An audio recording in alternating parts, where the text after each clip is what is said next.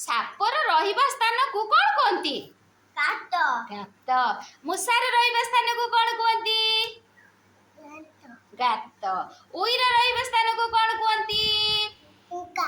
ହୁଙ୍କା। ଆଉ ମହୁ ମାଛିର ରହିବା ସ୍ଥାନକୁ କ'ଣ କୁହନ୍ତି? ମହୁମାଛି। ହଁ କ'ଣ? ମହୁ ଫେଣା। ଆଉ ମୁନିର ରହିବା ସ୍ଥାନକୁ କ'ଣ କୁହନ୍ତି? କୋଳ। ମାଛର ରହିବା ସ୍ଥାନକୁ କ'ଣ କୁହନ୍ତି? ଜଳରେ। ପକ୍ଷୀର ରହିବା ସ୍ଥାନକୁ କ'ଣ କୁହନ୍ତି?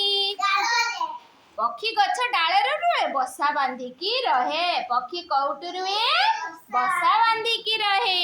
ହେଲା, ସେ କ'ଣ ଖାଲି ଡାଳରେ ବସିକି ବସା ବାନ୍ଧିକି ରୁହେ। ଗାଈର ରହିବା ସ୍ଥାନକୁ କ'ଣ କୁହନ୍ତି? ଗୁହାଳ।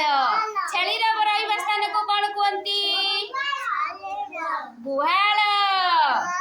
ମେଣ୍ଢାର ରହିବା ସ୍ଥାନକୁ କ'ଣ କୁହନ୍ତି? ମେଣ୍ଢାଶାଳ। ଘୋଡ଼ାର ରହିବା ସ୍ଥାନକୁ କ'ଣ କୁହନ୍ତି? ଘୋଡ଼ାଶାଳ।